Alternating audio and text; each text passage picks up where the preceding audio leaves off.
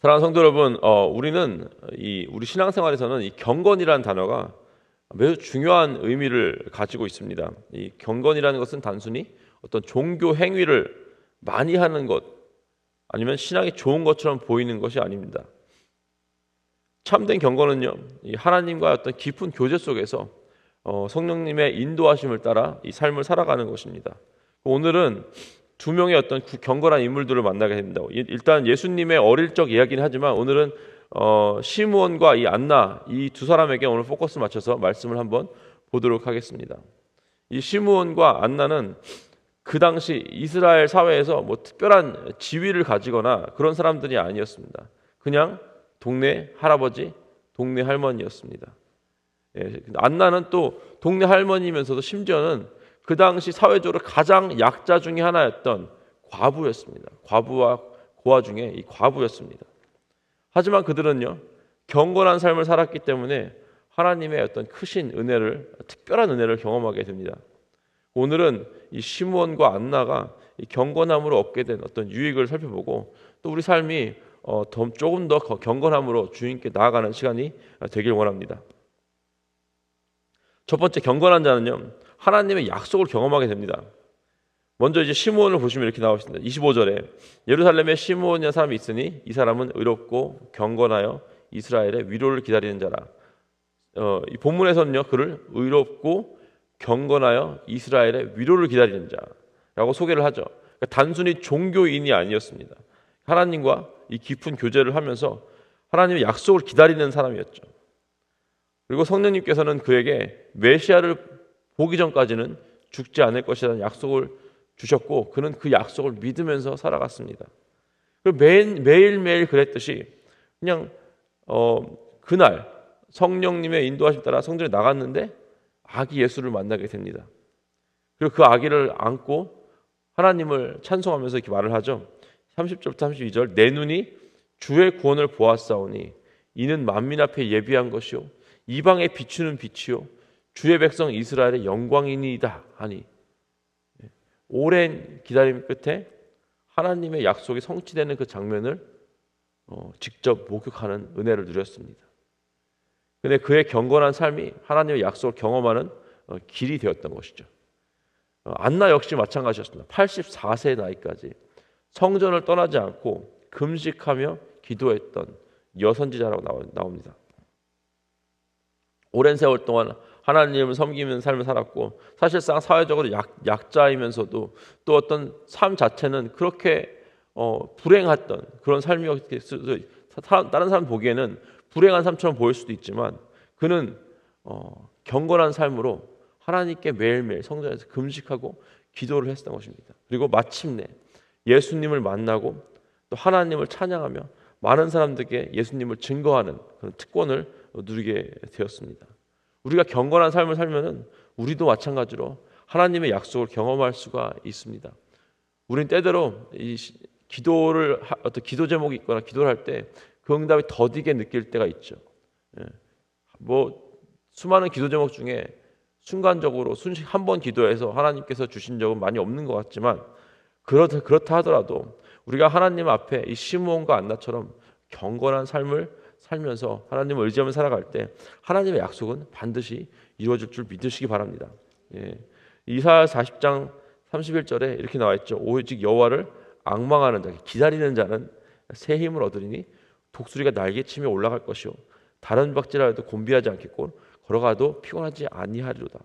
경건함을 삶을 통해서 기다림으로 하나님께 새 힘을 얻고 하나님의 약속을 끝까지 의지하시는 저 여러분 되시기를 주님의 이름으로 축복하고 기도합니다. 두 번째는요, 경건한 자는요 성령의 인도하심을 받습니다. 시몬이 아기 예수를 만나게 된 것은 경건함 때문이었죠.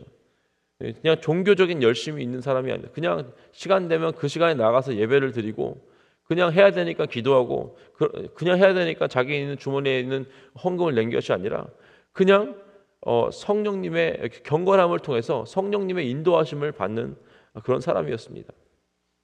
25절에 예루살렘에 시므온이라는 사람이 있으니 이 사람은 의롭고 경건하며 어떻게요? 예루살렘의 위로를 기다리는 자라 성령이 그 위에 계시더라라고 나와 있죠. 그 위에 계시더라. 그리고 27절에 성령의 감동으로 성전에 들어가매 이렇게 나와 있습니다. 시므온은요, 자기의 생각과 어떤 계획을 따라다니는 것이 아니라 하나님의 인도와 성령님의 인도하심에 굉장히 민감하게 반응을 했고, 그 인도에 따라서 성전에 들어갔고, 거기서 하나님께서 주셨던 약속이 성취되는 아기 예수를 만나는 경험을 했습니다. 우리가 성령님의 인도하심을 받아야지만 하나님의 뜻대로 살 수 있고, 우리 삶 가운데 하나님의 계획을 이룰 수가 있는데, 그러기 위해서는 우리는 경건한 삶을 살아야 된다는 것이죠. 자, 경건한 하나님의 성령의 인도하심을 받기 위해서 어떻게 해야 되냐? 일단 말씀을 묵상해야 되겠죠. 그렇죠? 성령님 하나님은 말씀을 통해서 우리를 인도해 주십니다. 하나님의 뜻이 무엇인지를 분별하기 위해서는 우리는 이 말씀을 가까이 하는 것이 필수적이죠. 로마서 12장 2절에 이렇게 나와 있죠. 너희는 이 세대를 본받지 말고 오직 마음을 새롭게 함으로 변화를 받아 하나님의 선하시고 기뻐하시고 온전한 뜻이 무엇인지 분별하도록 하라. 마음이 새롭게 되려면은 말씀이 우리 마음에 들어와야 된다는 것입니다. 두 번째는요, 기도하면서 성령 하나님의 음성에 귀를 기울여야 됩니다. 이 시므온과 안나처럼 이 지속적으로 기도하면서 하나님과 동행하는 삶을 살아야 되고요. 또 성령 하나님의 감동에 순종해야 되죠. 인도하실 때 즉각적으로 순종해야 된다. 머뭇거리면 안 됩니다. 제가 대학교 1학년 때 너무 하나님의 은혜를 받아서 어떻게 하면 하나님의 뜻대로 살아갈 수 있을까 기도하고 막 그런 시절이 있었습니다. 근데 그때 저희 그 기숙사 저희 12층인가 살았었는데 거기에 저 혼자 동양인이었어요. 근데 성경 공부를 해야 되겠다는 생각이 드는 거예요. 근데 이제 예수 믿은 지 한 3년, 2년밖에 안 됐고 저 혼자 동양인이었고, 근데 막 마음속에는 여기 그 기숙사에서 성경 공부를 해야 되겠다는 마음이 막 드는 거예요. 근데 어떻게 했겠습니까? 안 했습니다. 너무 두렵고 창피하고 아무도 안 들어줄 것 같아서 순종 못한 예를 드는 겁니다. 하나님께서 성령님께서 인도하실 때 순종하면은 뭔가 엄청난 일이 일어날 것입니다. 자, 성도 여러분, 경건한 삶을 살면요, 하나님께서 성령님의 인도하심을 해주시고 우리가 하나님의 뜻을 깨닫고 주님께서 이끄시는 길로 갈 수 있다는 것입니다. 세 번째는요, 하나님을 찬양하면서 복음을 증거하는 삶을 산다는 것입니다. 내 눈이 주의 구원을 보았소니 이는 만민 앞에 예비한 것이요 이방을 비추는 빛이요 주의 백성 이스라엘의 영광이니이다 라고 선포를 합니다. 시므온과 안나는요, 예수님을 만난 다음에 가만히 있지 않았습니다. 시므온은요, 하나님을 찬양하면서 예수님이 온 인류를 위한 구원의 빛이라고 선포를 했습니다. 그리고 안나도 38절에 마침 이때 나와서 하나님께 감사하고 예루살렘의 속량을 바라는, 구원을 바라는 모든 사람에게 그에 대하여 말하니라. 안나도 마찬가지였죠. 그녀는 아기 예수를 보고 하나님께 감사드리며 다 같이 언젠간 이 비참한 이 상황 가운데 로마의 이 압제 속에서 벗어나게 해주는, 그리고 우리를 이 죄의 속박에서 우리를 구원해줄 그 메시아가 바로 이 아기다라고 전했습니다. 즉 경건한 사람들은 하나님의 은혜를 경험할 때 자연스럽게 하나님의 그 구원을 선포하고 또 찬양하고 또 복음을 전하게 된다는 것입니다. 경건은요, 단순히 어떤 개인적인 신앙생활에 머무는 것이 아니라 우리를 통해서 그 복이, 하나님께서 우리에게 주신 복이 다른 사람들에게 자연스럽게 흘러가게 된다는 것입니다. 여러분, 욜로라는 단어를 아십니까? 욜로?